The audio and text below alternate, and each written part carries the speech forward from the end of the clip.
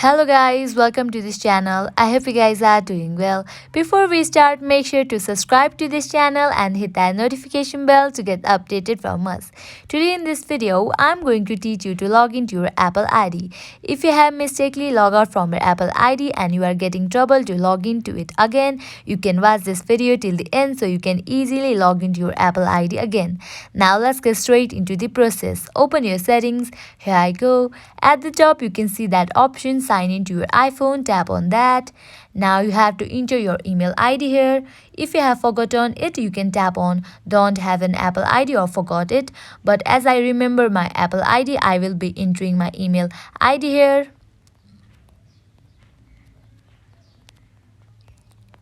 After you are done, tap on next. Now you have to enter your password here. Tap on next. Wait for a few seconds.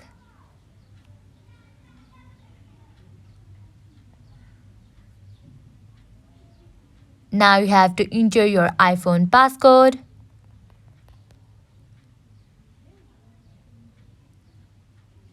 Wait for a few seconds. It is in the process.